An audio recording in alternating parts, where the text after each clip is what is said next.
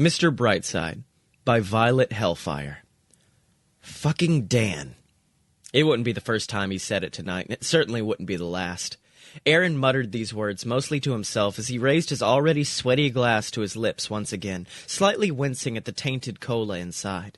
It had been hours since this whole thing started, and he knew from the get-go that it wasn't going to do him any good, yet here he was, staring down his fourth Jack and Coke of the night, still just as tired and conflicted as he was when he got there. Part of him wanting to fight, and part of him wanting to just crumple under his own weight. He wiped the condensation from his hand off on the sweats he wore, the moisture bleeding right through to his thigh and temporarily staining them. From where he sat, the surrounding bar before him bloomed into life, people talking to his left, flippant chatter to his right, as the happy din of guests and patrons alike buzzed around the room in a near-palpable energy. Yet, he felt so misaligned with everything. What was he even doing here? He glared straight in front of him, hard. His eyes were fixated ahead, barely trying with any social formalities. They had been for almost the whole night, and the more he drank, the more he found it harder to look away. He was staring, he knew it, but he just simply didn't care at this point. Nobody seemed to mind him anyway. Dan. Fucking Dan. It was his fault he was here. He practically begged Arin to come out with him tonight, and like the giving idiot he was, he agreed. Even when he said the words, he didn't know why he didn't try to counter him more, or at the very least try to pick a less awkward place for them to be for the night. He didn't socialize very much, let alone with new people, and he certainly didn't drink. Right? He snorted, resting his forehead in his free hand. At the bar, Dan was laughing. He tossed his overgrown hair out of his eyes as he slid a little closer to the girl in front of him, a bit of beer haze evident on his face. His cheeks were pinked, his eyes were glassy and full of life, and his mouth was twisted into a lopsided smile with his morning stubble just barely coming through. He looked so vibrant and alive, so in his element. It killed Arin to see him like this. It killed him to see Dan so lit up, so free, so happy without him. All those moments they had when they barely knew each other, all those moments they had on the couch together years later, what did any of it mean? He took another long drink, eyes forward. He remembered the first time he had those lingering, questioning thoughts that sometime haunted him into the late hours of the night. Initially, he just shrugged them off, as he did with most random things that fluttered in and out of his mind at any given moment. I mean, they didn't usually last long anyway, and didn't normally have any contextual rhyme or reason to them, just little flashes of strange, fleeting happiness that he'd later chalk up to one thing or another. Was it stress? Maybe. Was it just remnants from being in such close quarters with the man for so long? Probably. Was it something he even understood? Absolutely not. He had never even thought about him in those terms before, but after a particularly long session one Saturday, wrapped up in blankets and riding the Dayquil high that came whenever he'd overlapped doses with other medicines, Dan blurred the lines between them, with just a small peck to his cheek. It took Arin by surprise, his face falling flat before he could really process what had just happened. His affections had landed near the corner of Arin's mouth, obviously meant for the side of his face that was there just seconds before when he was facing the screen, debating on whether or not he was going to break another controller that day. At the time, he brushed it away as nothing noteworthy, as his face started to fill with a confusing mix of tingles and embarrassment. Dan was friendly, and he was just being a little bit more friendly today, seeing as how things played out and how heated he was getting towards the end of it all. It was a gesture of goodwill. It was encouragement. It was only a kiss. The girl at the bar stepped closer to Dan and put an arm on his chest, the other barely brushing against his, coral-colored nails popping against his blue shirt.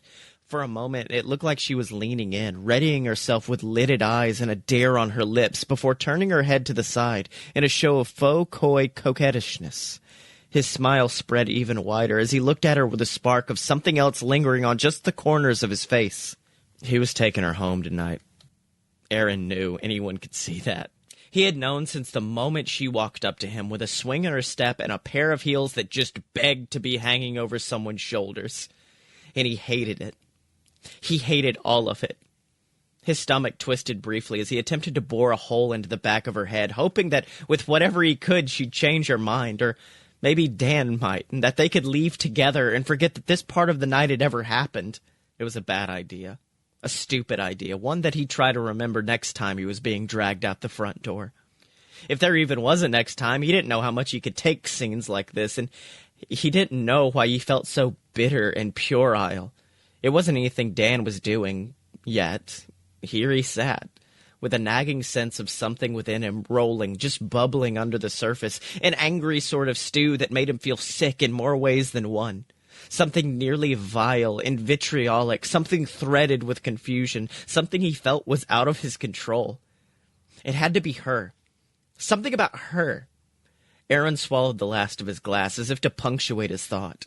He watched as she nearly danced away from where she was daintily perched just moments before, hands sliding over fabric as she strode over to the ladies' room. Dan followed her every movement like a lost puppy, that same stupid grin giving away more than he probably wanted to tell. He glanced over at Arin once she was behind the thick oak door and flashed him a giddy thumbs up. Arin cracked a smile and raised his empty glass. Even if he didn't mean it, and even if it nearly suffocated him to do so, he'd be there for him. He'd be his support, his go-to, his best of friends. Because that's what they were, right? And that's what they would always be. Friends. Best of friends. He cleared his throat, readjusting the lump of bile that threatened to come tumbling out. Dan. Fucking Dan. He just wanted to go home and curl up on his couch, melting into the leather until he couldn't feel anything but the blank pressure of worn springs and batting. He knew he'd pay for what he was forcing down his throat tonight, and he knew Susie would probably give him shit for it. But right now, it didn't matter. Right now, he just needed somewhere, anywhere to hang the disorienting mess of sentiment and apathy brewing just below the surface. And if that meant getting a bit sloppy and passing out into a dreamless fog later, then so be it. From where he sat beneath the lull of the crowd, he could hear the girl's voice ring with a bubbling tone of allure and pleasure, sex dripping just on the tip of her tongue.